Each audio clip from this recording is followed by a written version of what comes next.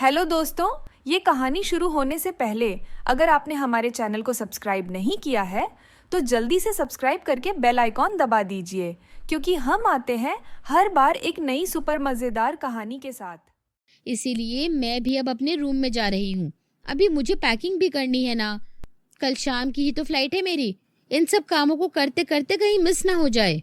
सौम्या हंसते हुए वहां से चली गई और अपनी बड़ी बहन को जाता देख विराट भी खामोशी से अंदर अपने रूम में आ गया और उसके जाते ही विराट ने अपने रूम का दरवाज़ा बंद कर लिया। लेकिन जब उसकी नज़र सामने खड़ी सीमा पर गई जो नर्वस लग रही थी और जब उसे इस तरह खड़े देखकर वो नरमी से बोला, सीमा, जब तक दी यहाँ पर है तुम यहाँ पर रह सकती हो, मगर उनके जाने के बाद तुम अंश के रूम में शिफ्ट हो जाना। जी ठीक है। ठीक है, तो अब सो जाओ, कल मुझे भी जल्दी ऑफिस जाना है। विराट ये कहकर अपने बेड की एक साइड पर लेट गया था, लेकिन सौम्या को अपने रूम के चारों तरफ नजर घुमाते देख एक बार फिर से बोला, क्या हुआ सीमा, क्या ढूंढ रही हो? वो मैं आपके रूम में सोफा देख रही थी। सोफा? मगर किस लिए? वो विराट जी, मैं आज रात सोफे पर सो जाती इसलिए, मगर शायद आपके रूम में सोफा है ही नहीं। सीमा की वजह बताने पर विराट ने एक लंबी सांस भरते हुए कहा, सीमा, आज रात तुम यही इसी बेड पर सो जाओ, क्योंकि निशा ने हमारे रूम से सोफा हटवा दिया था। उसे खाली कमरा ज्यादा पसंद था। जी मगर मैं आपके साथ यहाँ कैसे सो सकती हूँ?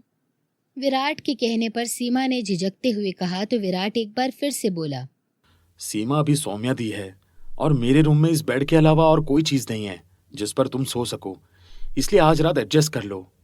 विराट के कहने पर सीमा को उसकी बात माननी ही पड़ी क्योंकि उसके पास इसके अलावा और कोई ऑप्शन भी नहीं था। विराट, मैं जा रही हूँ। अगर अथर्व की तबीयत इतनी खराब ना होती तो मैं कभी इतनी जल्दी तुम लोगों को छोड़ कर ना जाती। खैर, अब तुम अपना, अंश का और सीमा का बहुत सारा ख्याल रखना। जी दीदी, आप हमारी फिक्र बिल्कुल मत करें, मैं सब संभाल लूंगा। आप पहुंचकर मुझे कॉल कर दीजिएगा। और फिर कुछ और बातें करने के बाद सौम्या कनाडा के लिए रवाना हो चुकी थी, जबकि उसे सी ऑफ करके उन दोनों की जब घर वापसी हुई तो तकरीबन रात के 11 बज चुके थे। उफ, आज तो बहुत लेट हो गया है। विराट जी, आप फ्रेश हो जाइए, मैं खाना लगा देती हूँ। सीमा विराट को टाई की नॉट खोलते देख बोली तो विराट ने सर ना में हिलाकर कहा, नो थैंक्स सीमा, मैं बहुत थक चुका हूँ और मुझे भूख भी नहीं है। और वैसे भी अंश भी कब से तुम्हारी गोद में सोया हुआ है, तुम भी थक चुकी होगी, इसलिए आराम कर लो। विराट सीमा के गोद में नींद से झूलते अंश को देखकर बोला तो सीमा ने भी अपनी गोद में सोए हुए अंश को देख जो मजे से उसके कंधे पर सर रखे सो रहा था। जी ठीक है। सीमा विराट की बात सुनकर अंश को लेकर उसके रूम में चली गई और विराट भी सीमा को जाता देख खुद भी अपने रूम में चला गया। सौम्या के जाने के बाद वो दोनों पहले जैसे दो अजनबियों की तरह अपनी अपनी जिंदगी में मगन हो गए थे। जहां विराट ने खुद को ऑफिस के कामों में बिजी कर लिया था तो वहीं दूसरी तरफ सीमा ने अपनी पढ़ाई छोड़कर सारा टाइम अंश को देना शुरू कर दिया था। जब एक रात रोते हुए अंश को वो चुप करवाने की कोशिश में परेशान हो रही थी। हाँ हाँ, क्या हुआ है मेरा बेटा, क्यों रो रहा है? क्या हुआ है मेरे बेटे को? रोते नहीं मेरी जान, बस बस।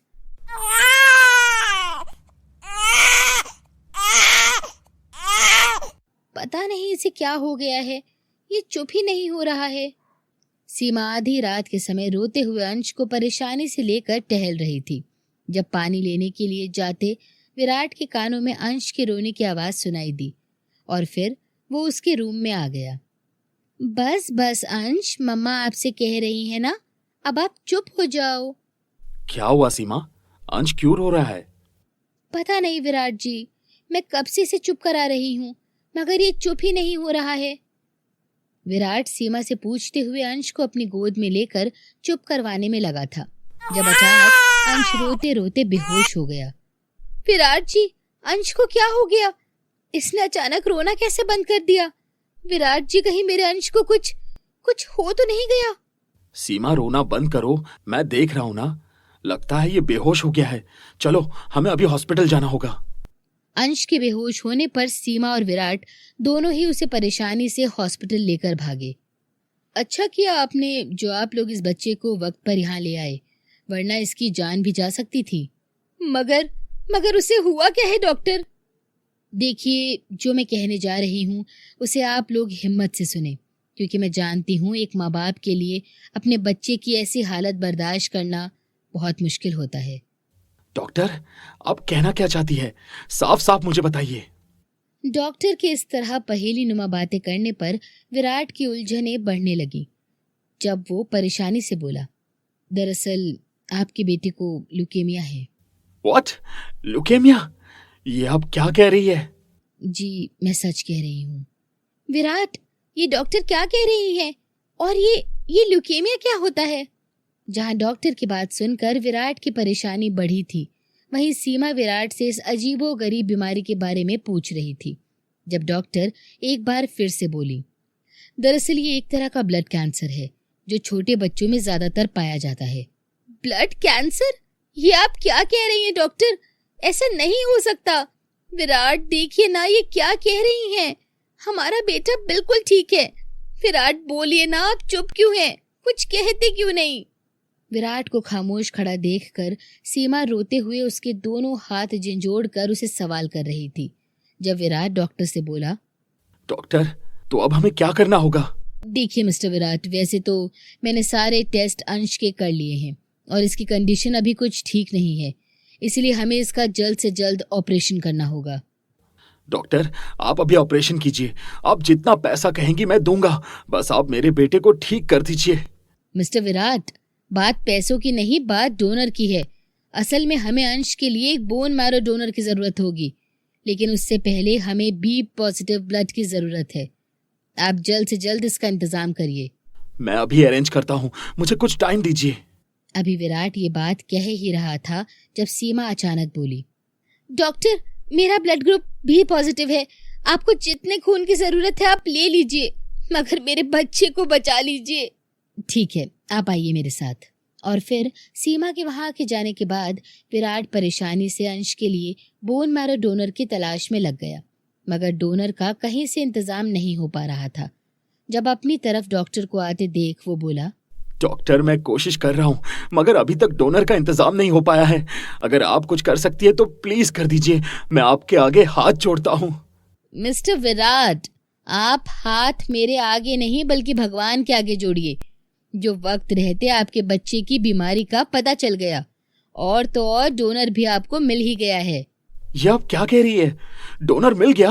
आपका बहुत बहुत शुक्रिया डॉक्टर, मैं आपका ये एहसान कभी नहीं भूलूंगा। अभी विराट ये कह रहा था जब अचानक उसकी नजर सामने से आती व्हील चेयर पर बैठी निशा पर पड़ी, जिसे देखकर वो हैरान रह गया था। निशा, तुम यहाँ? निशा, तुम यहाँ कैसे? और तुम जिंदा हो? विराट, तुम आ गए। विराट, मुझे ले चलो यहाँ से। ये लोग मुझे तुम्हारे पास नहीं जाने दे रहे। किसने तुम्हें मेरे पास आने से रोका है? बताओ मुझे। विराट निशा को जिंदा देखकर सब कुछ भूल भाल कर उसकी तरफ आकर उससे सवाल करने लगा था, जब डॉक्टर उसे हैरानी से देखते हुए बोली, मिस्टर विराट, आप इन्हें जानते हैं? जी हाँ डॉक्टर, मगर निशा यहाँ कैसे आई? मिस्टर विराट, ये एक स्पेशल केस था हमारे लिए। इनका बहुत बुरा एक्सीडेंट हुआ था, जिस वजह से ये 4 माह तक कोमा में रही थी, और कल ही इन्हें होश आया है, और तब से ये अपने पति के पास जाने की जिद लगाकर बैठी थी। मगर क्या मैं जान सकती हूँ कि आप इन्हें कैसे जानते हैं? She is my wife. Virat के जवाब पर डॉक्टर हैरानी से कभी निशा को देख रही थी तो कभी हॉस्पिटल के रूम के बंद दरवाजे को, जिसमें सीमा थी। अगर ये आपकी वाइफ है तो अभी जो मेरे साथ गई है वो आपकी कौन है? विराट, ये डॉक्टर किसकी बात कर रही हैं? कुछ नहीं, वो बस मैं तुम्हारे बारे में पता लगा रहा था ना, वही ये मुझसे पूछ रही है। खैर, अब तुम मुझे मिल गई हो ना, इसलिए मैं तुम्हें अपने साथ घर ले जाऊंगा। अभी तुम रूम में जाकर रेस्ट करो, ओके? सिस्टर, आप इन्हें ले जाइए।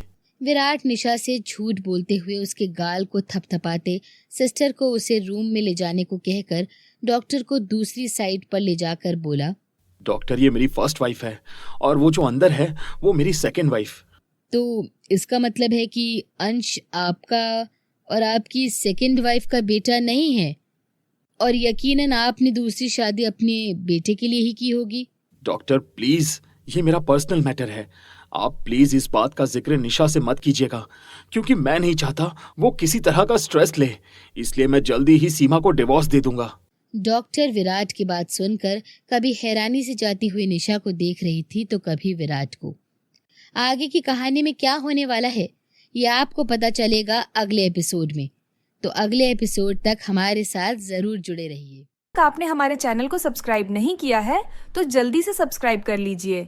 इस वीडियो को लाइक, शेयर, कमेंट करना ना भूलें। फिर मिलेंगे अगले एपिसोड के साथ।